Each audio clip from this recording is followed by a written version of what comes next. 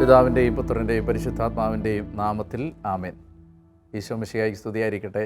പ്രിയപ്പെട്ടവരെ, നമ്മുടെ ദിവ്യകാരുണ്യ വിമോചന യാത്രയുടെ 12ാമത്തെ ദിവസത്തിലേക്ക് ഒത്തിരി സന്തോഷത്തോടെ നിങ്ങളെ ഞാൻ സ്വാഗതം ചെയ്യുകയാണ്. ഒരുപാട് അനുഗ്രഹീതമായ ഒരു യാത്രയാണിത്. ഞാൻ എല്ലാ ദിവസവും നിങ്ങളിത് മറന്നു പോകാതിരിക്കാൻ നിങ്ങളെ ഓർമ്മിപ്പിക്കുന്നതാണ്. നമ്മൾ ആമുഖത്തിൽ എപ്പിസോഡിൽ പറഞ്ഞ എല്ലാ കാര്യങ്ങളും നിങ്ങൾ നിർബന്ധമായിട്ടും കേട്ട് എങ്ങനെയാണ് ഈ 40 ദിവസത്തെ പ്രാർത്ഥന കൊണ്ട് നമ്മുടെ വ്യക്തിപരമായ ജീവിതം വിശുദ്ധീകരിക്കപ്പെടാനും പൂർവികമായി തലമുറകളിലൂടെ കടന്നു വന്ന തിന്മകളൊക്കെ നമ്മളിൽ നിന്ന് മാറാനും പരിശുദ്ധ കുർബാനയിലൂടെ എങ്ങനെ ഡെലിവറൻസ് പ്രാപിക്കാനും നമുക്ക് കഴിയും എന്നതിന് നമ്മളെ സഹായിക്കുന്ന ഒരു ശുശ്രൂഷയാണിത്. ഇതൊരു വലിയ ദൈവകൃപ സഭയിൽ ആകമാനം ആഞ്ഞടിക്കുന്നതിന് ഇടയാക്കും. നിങ്ങളിതിൻ്റെ ഭാഗമാകാതെ പോകരുത്. നിങ്ങൾക്ക് ഇത് മിസ് ചെയ്യരുത്. അതുകൊണ്ട് നിങ്ങളുടെ പ്രിയപ്പെട്ടവരോടെല്ലാം ഇത് ഷെയർ ചെയ്യണം, പറയണം. ഈ ശുശ്രൂഷയിൽ നിങ്ങൾ ഒത്തിരി തീക്ഷ്ണതയോടെ പങ്കെടുക്കണമെന്ന് ഓർമ്മിപ്പിക്കുന്നു. ഇന്ന് 12ാമത്തെ ദിവസം നമ്മൾ ചിന്തിക്കുന്നത് പുറപ്പാട് പുസ്തകം 16-ാം അധ്യായത്തിൽ നിന്നും സംഖ്യയുടെ പുസ്തകം 11-ാം അധ്യായത്തിൽ നിന്നും പഴയ നിയമത്തിലെ മന്ന എന്ന ആ ആശയം എങ്ങനെയാണ് പരിശുദ്ധ കുർബാനയിൽ പൂർത്തിയാവുന്നത് എന്നാണ്. കഴിഞ്ഞ ദിവസം നമ്മൾ പഴയ നിയമത്തിലെ പെസഹ എങ്ങനെ യേശുക്രിസ്തുവിൻ്റെ കുരിശുമരണത്തിലും ദിവ്യകാരുണ്യത്തിലും പൂർത്തിയായി എന്ന് കണ്ടു. ഇന്ന് 12ാമത്തെ ദിവസം നമ്മൾ മന്നയെക്കുറിച്ചാണ് ചിന്തിക്കുന്നത്. മന്ന എങ്ങനെ ദിവ്യകാരുണ്യത്തിൻ്റെ നിഴലായിരുന്നു എന്ന് നമ്മൾ കാണുകയാണ്. 6 കാര്യങ്ങൾ നമുക്കിന്ന് ചിന്തിക്കാനായിട്ടുണ്ട്.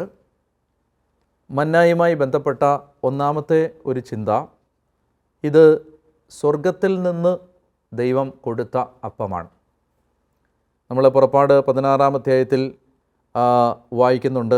4-ാമത്തെ വാക്യം, കർത്താവ് മോശയോട് പറഞ്ഞു, ഞാൻ നിങ്ങൾക്കായി ആകാശത്തിൽ നിന്ന് അപ്പം വർഷിക്കും. അതുപോലെ തന്നെ നമ്മൾ നെഹമിയായുടെ പുസ്തകത്തിൽ 9-ാമത്തെ അധ്യായത്തിൽ സമാനമായ ഒരു ചിന്ത നമ്മൾ കാണുന്നുണ്ട്. നെഹമിയായുടെ പുസ്തകത്തിൻ്റെ 9-ാം അധ്യായത്തിൻ്റെ 15-ാമത്തെ വാക്യം, അവിടുന്ന് അവർക്ക് ആകാശത്തു നിന്ന് അപ്പവും പാറയിൽ നിന്ന് ദാഹജലവും നൽകി. എപ്പോഴും മന്നയെക്കുറിച്ച് യഹൂദന്മാർ മനസ്സിലാക്കിയിരുന്ന ചിന്ത, മന്ന സ്വർഗത്തിൽ നിന്ന് ദൈവം കൊടുത്ത അപ്പമായിരുന്നു. ഇതാണ് ആദ്യത്തെ ചിന്ത. ഇത് ഹെവൻലി ബ്രെഡാണ്, സ്വർഗീയ അപ്പമാണ്. ഇനി മന്നയുമായി ബന്ധപ്പെട്ട 2ാമത്തെ ചിന്ത, അത് വെളുത്ത നിറമുള്ള ഒരു ഭക്ഷണപദാർത്ഥമായിരുന്നു. അതിന് തേനിൻ്റെ രുചിയായിരുന്നു. പുറപ്പാട് 16:31 ഇസ്രായേൽക്കാർ അതിന് മന്ന എന്ന് പേര് നൽകി. അത് കൊത്തമ്പാലരി പോലെ ഇരുന്നു. വെളുത്തതും തേൻ ചേർത്ത അപ്പത്തിൻ്റെ രുചിയുള്ളതും ആയിരുന്നു. തേൻ ചേർത്ത അപ്പത്തിൻ്റെ രുചി. ഇതെന്താണ് സൂചിപ്പിക്കുന്നത്? ഇവർ യാത്ര ചെയ്തുകൊണ്ടിരിക്കുകയാണിപ്പോൾ. മരുഭൂമിയിലൂടെയാണ് യാത്ര. ഈ യാത്ര കാനാൻ ദേശത്തേക്കാണ്. കാനാൻ ദേശത്തെ യഹൂദൻ മനസ്സിലാക്കിയിരുന്നത് പാലും തേനും ഒഴുകുന്ന നാട് എന്നാണ്. അപ്പോൾ പാലും തേനും ഒഴുകുന്ന നാട്ടിലേക്ക് യാത്ര ചെയ്യുമ്പോൾ ഇവർക്ക് കിട്ടുന്ന ഈ യാത്രയിൽ കിട്ടുന്ന സസ്റ്റനൻസ്, ഇവരുടെ സർവൈവലിന്, അതിജീവനത്തിന് കിട്ടുന്ന അപ്പം തേനിൻ്റെ രുചിയുള്ളതാണെന്ന് പറഞ്ഞാൽ അതിനെ നമുക്കിങ്ങനെ മനസ്സിലാക്കാം. ഇവരെത്തിച്ചേരാൻ പോകുന്ന പാലും തേനും ഒഴുകുന്ന ആ വാഗ്ദത്ത ദേശത്തിൻ്റെ മുൻ ആസ്വാദനം, ഫോർ ടേസ്റ്റാണ് ഈ മന്ന. മുൻ ആസ്വാദനമാണ്. അതായത് ഈ മന്ന ഓരോ ദിവസവും ഭക്ഷിക്കുമ്പോൾ തേനിൻ്റെ രുചി അകത്തേക്ക് വരുമ്പോൾ അവർ ചിന്തിക്കും, ഞങ്ങൾ പാലും തേനും ഒഴുകുന്ന ഒരു നാട്ടിലേക്കാണ് പോകുന്നത്. അവർ പ്രാപിക്കാൻ പോകുന്ന വാഗ്ദാനത്തിൻ്റെ മുന്നാസ്വാദനമായിരുന്നു മന്ന. മൂന്നാമത്തേത്, ഈ മന്നയെ പഴയ നിയമം മനസ്സിലാക്കുന്നത് ദൈവദൂതന്മാരുടെ അപ്പം എന്നാണ്. നമ്മൾ അതിനെക്കുറിച്ച് കാണുന്നത് 78 സങ്കീർത്തനത്തിലാണ്. 78 സങ്കീർത്തനത്തിൻ്റെ 23, 24, 25. എങ്കിലും അവിടുന്ന് ആകാശത്തോട് ആജ്ഞാപിച്ചു, വാനിടത്തിൻ്റെ വാതിലുകൾ തുറന്നു, അവർക്ക് ഭക്ഷിക്കാൻ അവിടുന്ന് മന്ന വർഷിച്ചു. അടുത്ത വാക്ക് ശ്രദ്ധിക്കുക, സ്വർഗീയ ധാന്യം അവർക്ക് നൽകി, മനുഷ്യൻ ദൈവദൂതന്മാരുടെ അപ്പം ഭക്ഷിച്ചു. അപ്പം മന്നയെ അവർ കണ്ടിരുന്നത് ദൈവദൂതന്മാരുടെ അപ്പം ആയിട്ടാണ്, ബ്രെഡ് ഓഫ് ദി ഏഞ്ചൽസ് ആണ്, മാലാഖമാരുടെ അപ്പമായിട്ടാണ് അവർ മന്നയെ മനസ്സിലാക്കിയിരുന്നത്. ഇത് തന്നെ ജ്ഞാനത്തിൻ്റെ പുസ്തകം 16-ാം അധ്യായത്തിൻ്റെ 20-ാമത്തെ വാക്യത്തിലും കാണാൻ പറ്റും. ജ്ഞാനം 16:20, അങ്ങയുടെ ജനത്തിന് ദൈവദൂതന്മാരുടെ അപ്പം അവിടുന്ന് നൽകി. അവരുടെ അധ്വാനം കൂടാതെ തന്നെ ഓരോരുത്തർക്കും ആസ്വാദ്യമായ വിധം പാകപ്പെടുത്തിയ ഭക്ഷണം സ്വർഗത്തിൽ നിന്ന് അവിടുന്ന് അവർക്ക് നൽകി. ദൈവദൂതന്മാരുടെ അപ്പമാണ് ഇത്. ഇനി 4-ാമത്തെ ആശയം, മന്നായുമായി ബന്ധപ്പെട്ട് കാണുന്ന 4-ാമത്തെ ആശയം, ഇത് ഈ എല്ലാ ദിവസവും അവർ ശേഖരിക്കണമായിരുന്നു. അതായത് നാളത്തേക്ക് വേണ്ടി സൂക്ഷിച്ചു വെക്കാൻ പറ്റില്ല. അന്നന്നത്തെ അപ്പമാണിത്, ഡെയിലി ബ്രെഡാണ്. എന്ന് വെച്ചാൽ അവരിത് ഇന്നെടുത്ത് ശേഖരിച്ച് വെച്ചാൽ നാളെ അത് പൂത്തുപോവുകയും പുഴുവരിക്കുകയും ചെയ്യും. ആകെ അവർക്ക് പിറ്റേ ദിവസത്തിന് വേണ്ടി മാത്രം ശേഖരിക്കാൻ അനുവാദമുണ്ടായിരുന്നത് സാബത്തിന് ഒരുക്കമായി 6-ാം ദിവസം സാബത്ത് ദിവസത്തേക്ക് വേണ്ടിയുള്ളത് ശേഖരിക്കാം. അപ്പോൾ ഇത് ഡെയിലി ബ്രെഡാണ്, അതായത് ഓരോ ദിവസവും അവർ സ്വീകരിക്കേണ്ട അപ്പമാണ്. അതാണ് അതുമായി ബന്ധപ്പെട്ട 4-ാമത്തെ ചിന്ത. ഇനി 5-ാമത്തെ ചിന്ത, മോശ അവരോട് പറയുകയാണ്, വരുംകാല തലമുറകൾക്ക് കാണാൻ വേണ്ടി നിങ്ങളിതെടുത്ത് സൂക്ഷിച്ചു വെക്കണം. പുറപ്പാട് 16:34 കാണുന്നത്. നിങ്ങളിത്, അതുകൊണ്ട് അവരൊരു സ്വർഗീയ ഒരു സ്വർണ്ണ പേടകത്തിനകത്ത് മന്ന സൂക്ഷിച്ചു വെച്ചു എന്ന് നമുക്ക് കാണാം. 6-ാമത്തെ കാര്യം, ഇത് യാത്രയിൽ അവർക്ക് ദൈവം കൊടുത്ത പാഥേയമാണ്, അതായത് വഴിച്ചോറാണ്, അല്ലെങ്കിൽ യാത്രാഭക്ഷണമാണ്. അപ്പോൾ ഇങ്ങനെ 6 കാര്യങ്ങൾ മന്നായുമായി ബന്ധപ്പെടുത്തി പഴയ നിയമത്തിൽ നമ്മൾ കാണുകയാണ്. എന്തുകൊണ്ടാണ് നമ്മൾ ദിവ്യകാരുണ്യവുമായിട്ട് മന്നായെ ബന്ധപ്പെടുത്തുന്നത് ചോദിച്ചാൽ, അതിൻ്റെ ഏറ്റവും പ്രധാനപ്പെട്ട ആശയം ഈശോ തന്നെ മന്നായായിട്ട് അവതരിപ്പിച്ചു. യോഹന്നാൻ്റെ സുവിശേഷം 6-ാം അധ്യായത്തിൽ ഈശോ പറയുന്നുണ്ട്, ഞാൻ സ്വർഗത്തിൽ നിന്നിറങ്ങിയ ജീവനുള്ള അപ്പമാണ് എന്ന് പറഞ്ഞാൽ ജീവനുള്ള മന്നായാണ്. പഴയ നിയമത്തിലെ മന്ന ജീവനില്ലാത്ത അപ്പമാണ്, എന്നാൽ പുതിയ നിയമത്തിലെ മന്നായായ യേശു ജീവനുള്ള അപ്പമാണ്. ഇത് അപ്പോൾ ഈശോ തന്നെയാണ് താൻ ജീവനുള്ള മന്നായാണെന്ന് പറഞ്ഞത്. ഈശോയാണ് പറഞ്ഞത്, നിങ്ങൾ എന്നെ ഭക്ഷിക്കണം, നിങ്ങൾ എൻ്റെ രക്തം പാനം ചെയ്യണം എന്ന അർത്ഥത്തിൽ അവിടെ സംസാരിക്കുന്നത്. ഇനി പുതിയ നിയമത്തിലേക്ക് വരുമ്പോൾ 1-ാം നൂറ്റാണ്ടൊക്കെ എത്തുമ്പോഴേക്കും ന്യൂ ടെസ്റ്റമെൻറ്റ് ടൈംസിൽ യഹൂദ റബ്ബിമാർ പഠിപ്പിച്ചിരുന്നൊരു കാര്യമുണ്ട്. ഈ മെസ്സിഹ പുതിയ മോശ ആയിരിക്കും. Messiah will be new Moses, പുതിയ മോശ ആയിരിക്കും. അതുകൊണ്ട് പഴയ മോശ മരുഭൂമിയിൽ വെച്ച് സ്വർഗത്തിൽ നിന്ന് മന്ന ഇറക്കിയതുപോലെ പുതിയ മോശയായ മെസ്സിഹ മന്ന ഇറക്കിക്കൊണ്ടുവരും എന്ന ഒരു വിശ്വാസം 1-ാം നൂറ്റാണ്ടിലെ യഹൂദ റബ്ബിമാരുടെ ഇടയിൽ ഉണ്ടായിരുന്നു. ബ്രാൻ പിത്രെ എന്ന് പറയുന്ന ദൈവശാസ്ത്രജ്ഞൻ വിശുദ്ധ കുർബാനയുടെ യഹൂദ വേരുകൾ, ജൂയിഷ് റൂട്ട്സ് ഓഫ് യൂക്കരിസ്റ്റ് എന്ന് പറഞ്ഞ ഒരു പുസ്തകത്തിൽ ഇതിനെക്കുറിച്ച് വിശദമായിട്ട് അദ്ദേഹം പ്രതിപാദിക്കുന്നുണ്ട്. ഈ 1-ാം നൂറ്റാണ്ടിലെ യഹൂദ റബ്ബിമാരുടെ വിശ്വാസം വിശുദ്ധ കുർബാനയെക്കുറിച്ച് പറയുമ്പോൾ അദ്ദേഹം പറയുന്നുണ്ട്. അപ്പം ഞാൻ പറഞ്ഞു വരുന്നത്, അതുകൊണ്ട് ഇത് ദിവ്യകാരുണ്യം മന്നായാണ്, പുതിയ മന്ന. ഏതെല്ലാം രീതിയിലാണ് അതുകൊണ്ട് പരിശുദ്ധ കുർബാനയെ ഈ കണ്ണിലൂടെ നമ്മൾ കാണേണ്ടത്? ഒന്നാമത്തേത്, ഇത് സാധാരണ ഒരപ്പമല്ല. പരിശുദ്ധ കുർബാന സ്വീകരിക്കുമ്പോൾ നമ്മൾ ഓർക്കണം, ഇത് സ്വർഗീയ അപ്പമാണ്, ഹെവൻലി ബ്രെഡാണ്. അതുകൊണ്ട് അത് നമ്മൾ നിസ്സാരമായോ ഉദാസീനമായോ കുർബാന ഭക്ഷിക്കാൻ പാടില്ല. It is heavenly bread. രണ്ടാമതായിട്ട്, ഇത് നമുക്ക് ദൈവം തരാൻ പോകുന്ന സ്വർഗീയ കാനാൻ്റെ മുന്നാസ്വാദനമാണ്. കുഞ്ഞാടിൻ്റെ വിവാഹ വിരുന്നിൽ പങ്കെടുക്കാൻ പോകുന്ന വിശ്വാസിക്ക് കർത്താവ് തരുന്ന മുന്നാസ്വാദനമാണ് വിശുദ്ധ കുർബാന. വരാൻ പോകുന്ന ആ വാഗ്ദത്ത സ്വർഗീയ വാഗ്ദത്തങ്ങളുടെ ഫോർടേസ്റ്റാണ്. അതുകൊണ്ടാണ് നമ്മൾ ഓരോ വിശുദ്ധ കുർബാനയിലും ഇങ്ങനെ ലത്തീൻ ക്രമത്തിൽ പ്രാർത്ഥിക്കും. എന്താണ്? കുഞ്ഞാടിൻ്റെ വിവാഹ വിരുന്നിന് ക്ഷണിക്കപ്പെട്ടവർ ഭാഗ്യവാന്മാർ എന്ന വെളിപാട് പുസ്തകത്തിലെ വാക്യം ആവർത്തിക്കും. കുഞ്ഞാടിൻ്റെ വിവാഹ വിരുന്നിന് ക്ഷണിക്കപ്പെട്ടവർ ഭാഗ്യവാന്മാർ. ഇതാ ദൈവത്തിൻ്റെ കുഞ്ഞാട്, ഇതാ ലോകത്തിൻ്റെ പാപം നീക്കുന്നവൻ, കുഞ്ഞാടിൻ്റെ വിവാഹ വിരുന്നിന് ക്ഷണിക്കപ്പെട്ടവർ ഭാഗ്യവാന്മാർ. അപ്പോൾ അതുകൊണ്ട് ഇത് നമുക്ക് വരാൻ പോകുന്ന സ്വർഗീയ കൃപകളുടെ മുന്നാസ്വാദനമാണ്.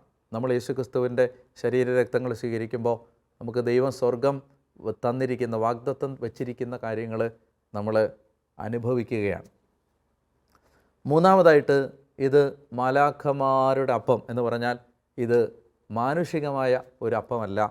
ഇത് മാലാഖമാർ പോലും അത്ഭുതത്തോടെ ഉറ്റുനോക്കുന്ന അപ്പമാണ്. നാലാമതായിട്ട്, നമ്മൾ എല്ലാ ദിവസവും ഈ സ്വർഗീയ അപ്പം മന്ന പോലെ തന്നെ സ്വീകരിക്കണം. അത് മന്നയാണെങ്കിൽ അതെല്ലാ ദിവസവും ഓരോ ദിവസവും വർഷിക്കപ്പെട്ടെങ്കിൽ നമ്മൾ കർത്താവ് ഈശോ നമ്മളോട് പറഞ്ഞ പോലെ ഈശോയുടെ ശരീരരക്തങ്ങൾ എല്ലാ ദിവസവും സ്വീകരിക്കണം. അത് ഡെയിലി ബ്രെഡാണ്. നമ്മൾ ഈശോ പഠിപ്പിച്ച സ്വർഗസ്ഥനായ പിതാവേ എന്ന പ്രാർത്ഥനയിൽ കാണുന്നില്ലേ? എന്താണ്? അന്നന്ന് വേണ്ട ആഹാരം ഇന്ന് ഞങ്ങൾക്ക് തരണമേ. Give us this day our daily bread. ആ ഡെയിലി ബ്രെഡ്, അന്നന്ന് വേണ്ട ആഹാരം എന്നതിന് യഥാർത്ഥത്തിൽ ഉപയോഗിച്ചിരിക്കുന്ന വാക്ക് നമ്മൾ സാധാരണ കഴിക്കുന്ന ഭക്ഷണം എന്ന അർത്ഥത്തിലുള്ള വാക്കല്ല. ഞാൻ അതിനെക്കുറിച്ച് വായിച്ചിട്ടുള്ളത് ഇങ്ങനെയാണ്. അത് സൂപ്പർ സബ്സ്റ്റാൻഷ്യൽ ബ്രെഡ് എന്നാണ്. എന്ന് പറഞ്ഞാൽ സ്വർഗീയമായ അപ്പം, സൂപ്പർ നാച്ചുറൽ ബ്രെഡ്. ഈ നമ്മൾ കാണുന്ന അപ്പം പോലെയല്ലാത്ത സ്വർഗീയമായ അപ്പം ഞങ്ങൾക്ക് തരണമേ എന്നാണ് അതിൻ്റെ യഥാർത്ഥത്തിലുള്ള അർത്ഥം എന്ന് ഞാൻ വായിച്ചിട്ടുണ്ട്. അപ്പോൾ ഞാൻ പറഞ്ഞു വരുന്നത്, നമ്മൾ എല്ലാ ദിവസവും നമുക്ക് വേണ്ട ആ സൂപ്പർ സബ്സ്റ്റാൻഷ്യൽ ബ്രെഡാണ്. നമുക്ക് കിട്ടുന്ന പ്രകൃത്യാതീതമായ ആ അപ്പമാണ്, സ്വർഗീയ അപ്പമാണ്, ആത്മാവിൻ്റെ ഭക്ഷണമാണ് വിശുദ്ധ കുർബാന. അതുകൊണ്ട് നമ്മൾ എല്ലാ ദിവസവും വിശുദ്ധ കുർബാനയിൽ കഴിയുന്നിടത്തോളം എല്ലാവരും പങ്കെടുക്കാൻ പരിശ്രമിക്കണം. ഇനി മോശ പറഞ്ഞതുപോലെ തന്നെ സൂക്ഷിച്ച് വച്ചിരിക്കുന്ന സ്വർണ്ണ പേടകമാണ് സക്രാരികൾ. മന്ന സൂക്ഷിച്ച് വച്ചിരിക്കുന്ന ആ സ്വർണ്ണ പേടകമാണ് സക്രാരികൾ. അതുകൊണ്ട് ഓരോ സക്രാരിയിലും എഴുന്നള്ളിയിരിക്കുന്ന ദിവ്യനാഥനെ കാണാനും സംസാരിക്കാനും ആരാധിക്കാനും ആരാധനാ ചാപ്പലുകളിൽ പോയി പ്രാർത്ഥിക്കാനും നമ്മൾ പരിശ്രമിക്കുമ്പോൾ അത് ഈ മന്നായുമായി ബന്ധപ്പെടുത്തി നമുക്ക് ചെയ്യാവുന്ന വലിയ ഒരു ആരാധനയാണ്, നല്ല ഒരു ആരാധനാ രീതിയാണ്. ആറാമത്തെ കാര്യം, ഇത് നമ്മുടെ ഈ ജീവിതത്തിൽ ഈ ആത്മീയ യാത്രയിൽ ഒരാൾക്ക് കിട്ടുന്ന, ഏലിയായ്ക്ക് കിട്ടിയതുപോലെ ഈ മടുപ്പിക്കുന്ന യാത്രയിൽ നമുക്ക് കിട്ടുന്ന ആത്മാവിൻ്റെ ഒരു എനർജിയാണ് പരിശുദ്ധ കുർബാന. ആ യാത്രാ ഭക്ഷണമാണ്. അതുകൊണ്ട് നമ്മളതിനെ വളരെ ഗൗരവമായി ഈ 6 തലങ്ങളിൽ എടുത്താൽ നമുക്ക് വലിയ ദൈവകൃപ പ്രാപിക്കാനായിട്ട് സാധിക്കും എന്ന് ഞാൻ ഈ 12ാമത്തെ ദിവസം ഒത്തിരി സ്നേഹത്തോടെ നിങ്ങളെ ഓർമ്മിപ്പിക്കുകയാണ്. നമ്മൾ ഈ ദിവസം വിശുദ്ധ കുർബാനയുമായി ബന്ധപ്പെട്ട് നമ്മൾ ചിന്തിക്കുമ്പോൾ എനിക്ക് നിങ്ങളോട് ചെയ്യണം എന്ന് പറയാൻ ആഗ്രഹിക്കുന്നൊരു കാര്യം, നമ്മൾ ഈ കുർബാനയുമായി ബന്ധപ്പെടുത്തി ദിവ്യകാരുണ്യം ഒരു സ്നേഹത്തിൻ്റെ കൂദാശയാണല്ലോ. ഇത് ഈശോയുടെ സ്നേഹമല്ലേ, ഈശോയുടെ ശരീരരക്തങ്ങൾ നമുക്ക് തന്നത്. അപ്പോൾ അതുകൊണ്ട് തന്നെ നമുക്ക് നമ്മുടെ സ്നേഹം എന്ന പുണ്യം നമുക്കൊത്തിരി പരിധികളില്ലാതെ സ്നേഹിക്കാൻ കഴിയുന്ന വിധത്തിൽ നമ്മുടെ ഹൃദയം സ്നേഹം കൊണ്ട് നിറയുന്നതിന് ആഗ്രഹിക്കാം. നമ്മുടെ ഉള്ളിൽ നിന്ന് നമ്മൾ നേരത്തെ ഒരു ദിവസം പ്രാർത്ഥിച്ചതാണ് വെറുപ്പ് മാറാൻ. കുറച്ചുകൂടെ പ്രായോഗികമായിട്ട് നമ്മൾ 1, 2, 3 വ്യക്തികളെ കൃത്യമായിട്ടൊന്ന് ഐഡൻറ്റിഫൈ ചെയ്തിട്ട് നമുക്ക് ഒട്ടും ഒത്തുപോകാനോ ക്ഷമിക്കാനോ ഒന്നും പറ്റാത്ത ചില വ്യക്തികളെ ഒന്ന് മനസ്സിലേക്ക് കൊണ്ടുവന്നിട്ട് അവർക്ക് വേണ്ടി ഒന്ന് പ്രാർത്ഥിക്കാൻ നമുക്ക് ഈ ദിവസം പ്രയോജനപ്പെടുത്താം. അത് എങ്ങനെയാണെന്ന് വെച്ചാൽ നമ്മളൊരു 3 പേരെങ്കിലും ഒന്ന് എഴുതി വെക്കുക. അങ്ങനെ ഉണ്ടെങ്കിൽ, നിങ്ങൾക്ക് ആരോട് ശത്രുത ഇല്ലെങ്കിൽ കുഴപ്പമില്ല. ഉള്ളിൽ ഒരു വിഷമം, ഒരു കലർപ്പ്, അവരെക്കുറിച്ച് ഓർക്കുമ്പോൾ തന്നെ ഒരു സങ്കടം, അവർ ചെയ്തതൊക്കെ ഓർക്കുമ്പോൾ തന്നെ ഒരു വിഷമം, അങ്ങനെയുള്ള ആരെങ്കിലും ഉണ്ടെങ്കിൽ അവരുടെ പേരൊന്ന് എഴുതി വെച്ചിട്ട് അവർക്ക് വേണ്ടി ഒരു സ്വർഗസ്ഥനായ പിതാവേ, ഒരു സ്വർഗസ്ഥനായ പിതാവേ ഒരാൾക്ക് വേണ്ടി ഒന്ന് ചൊല്ലി, ദൈവമേ അവരോട് എനിക്ക് സ്നേഹത്തോടെ ഇടപഴകാൻ, ഓർക്കാൻ എന്നെ ഒന്ന് സഹായിക്കണമെന്ന് പ്രാർത്ഥിക്കാം. നമുക്ക് ഇന്ന് ചൊല്ലേണ്ട പ്രാർത്ഥന ഇതാണ്: കർത്താവേ, അന്നന്ന് വേണ്ട ആഹാരം ഇന്ന് ഞങ്ങൾക്ക് നൽകണമേ. സ്വർഗസ്ഥനായ പിതാവിലെ ആ മനോഹരമായ ഭാഗം നമ്മുടെ പ്രാർത്ഥനയായിട്ട് നമുക്ക് എടുക്കാം. ടാസ്ക്കായിട്ട് ഞാൻ പറഞ്ഞ കാര്യം ഒരു 3 പേരുടെ പേരെഴുതി വെച്ചിട്ട് നമുക്ക് അവർക്ക് വേണ്ടി ഒരു സ്വർഗസ്ഥനായ പിതാവെ ചൊല്ലാൻ പരിശ്രമിക്കാം. നാളെ വീണ്ടും നിങ്ങളെ കാണാം എന്ന സന്തോഷത്തോടെ ഇന്ന് ഞാൻ യാത്ര പറയുകയാണ്. ദൈവം നിങ്ങളെ എല്ലാവരെയും അനുഗ്രഹിക്കട്ടെ. ആരാധനയിൽ നമുക്കിതിനു വേണ്ട ആശീർവാദം പ്രാർത്ഥിക്കുകയും ചെയ്യാം.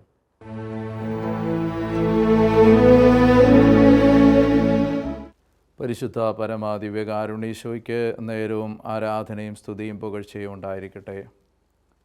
പ്രിയമുള്ളവരെ, ഇന്നത്തെ ആരാധനയിൽ ദിവ്യകാരുണ്യത്തോട് സ്നേഹം വർദ്ധിക്കാൻ നമുക്ക് പ്രാർത്ഥിക്കാം.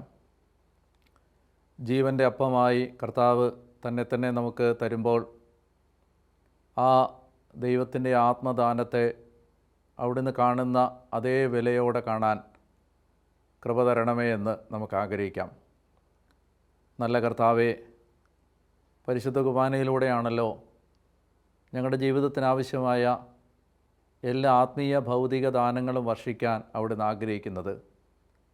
സഭയുടെ എല്ലാ പ്രാർത്ഥനകളും ലക്ഷ്യം വെച്ചിരിക്കുന്നത് പരിശുദ്ധ കുർബാനയാകുന്ന ഈ ആരാധനയിലാണല്ലോ. കർത്താവേ, ഞങ്ങളുടെ ജീവിതം ദിവ്യകാരുണ്യ ബന്ധിതമാകാൻ സഹായിക്കണമേ. ഞങ്ങൾ കുർബാനയോട് ചേർന്ന് ജീവിക്കാൻ ഞങ്ങളെ അനുഗ്രഹിക്കണമേ. ബലിപീഠത്തിൽ നിന്ന് ഞങ്ങളുടെ ശ്രദ്ധ മാറാതിരിക്കാൻ സഹായിക്കണമേ. കർത്താവേ, ഞങ്ങൾ നിരന്തരമായി ബലിയർപ്പിച്ച് പ്രാർത്ഥിച്ച് ബലിപീഠത്തോട് ചേർന്ന് ജീവിക്കാൻ ഞങ്ങളെ അനുഗ്രഹിക്കണം എന്ന് പ്രാർത്ഥിക്കുന്നു. ഈ ആത്മീയ ശുശ്രൂഷയിൽ കർത്താവേ, എന്നോടൊപ്പം ചേർന്ന് പരിശുദ്ധ കുർബാനയുടെ മഹത്വത്തിലേക്ക് യാത്ര ചെയ്തുകൊണ്ടിരിക്കുന്ന ലോകത്തിൻ്റെ നാനാഭാഗത്തുള്ള ഈ പ്രിയ മക്കളെ അനുഗ്രഹിക്കണമെന്ന് പ്രാർത്ഥിക്കുന്നു. അവരുടെ ഹൃദയത്തിലെ അവരെ ഏറ്റവും വിഷമിപ്പിക്കുന്ന ഏത് വിഷയങ്ങളിലും ദൈവത്തിൻ്റെ സാന്നിധ്യം അനുഭവിക്കാൻ കർത്താവെ അവർക്ക് ഇടയാക്കണം എന്ന് പ്രാർത്ഥിക്കുന്നു. അങ്ങ് ഏറ്റെടുക്കണമേ, സഹായിക്കണമേ. ദൈവക്കാരൻ കാണാൻ ഇടയാക്കണമേ. അത്ഭുതങ്ങളും അടയാളങ്ങളും പ്രവർത്തിക്കണമേ. വഴികളും വാതിലുകളും ദൈവമേ നീ തുറന്നു കൊടുക്കണമെന്ന് പ്രാർത്ഥിക്കുന്നു. പ്രിയമുള്ളവരെ, പരിശുദ്ധ കുർബാനയുടെ ആശീർവാദം സ്വീകരിക്കുമ്പോൾ നമ്മുടെ പരിശുദ്ധ കുർബാന അർപ്പിക്കാനും കുർബാനയിൽ ഒരുക്കത്തോടെ പങ്കെടുക്കാനുമുള്ള എല്ലാ തടസ്സങ്ങളും മാറിപ്പോവാൻ ഈ ആശീർവാദത്തിൽ നമുക്ക് പ്രാർത്ഥിക്കാം.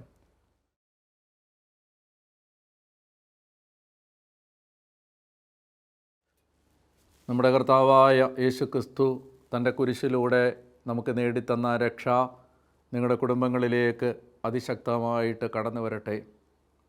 പരിശുദ്ധ കുർബാനയെ സ്നേഹിക്കാനും കുർബാനയെ ആരാധിക്കാനും വിശുദ്ധ കുർബാനയ്ക്ക് വില കൊടുക്കാനുമുള്ള എല്ലാ തടസ്സങ്ങളും നിങ്ങളിൽ നിന്ന് മാറിപ്പോകട്ടെ. പരിശുദ്ധ കുർബാനയ്ക്കെതിരായ തിന്മകളും പാപങ്ങളും നിങ്ങളുടെ ജീവിതങ്ങളിൽ നിന്ന് വിട്ടുമാറട്ടെ. അനുഗ്രഹീതമായൊരു ജീവിതം നയിക്കാൻ പരിശുദ്ധ കുർബാനയോട് ബന്ധപ്പെട്ട് ജീവിക്കാനുള്ള കൃപ നിങ്ങൾക്ക് ലഭിക്കട്ടെ. നിങ്ങളുടെ ആത്മീയ ഭൗതിക ജീവിതത്തിൻ്റെ മേഖലകൾ കർത്താവ് അനുഗ്രഹിച്ചുയർത്തട്ടെ, ഇപ്പോഴും എപ്പോഴും എന്നേക്കും. ആമേൻ. പരിശുദ്ധ പരമദിവ്യകാരുണ്യേശോയ്ക്ക് എന്നേരവും ആരാധനയും സ്തുതിയും പുകഴ്ചയും ഉണ്ടായിരിക്കട്ടെ.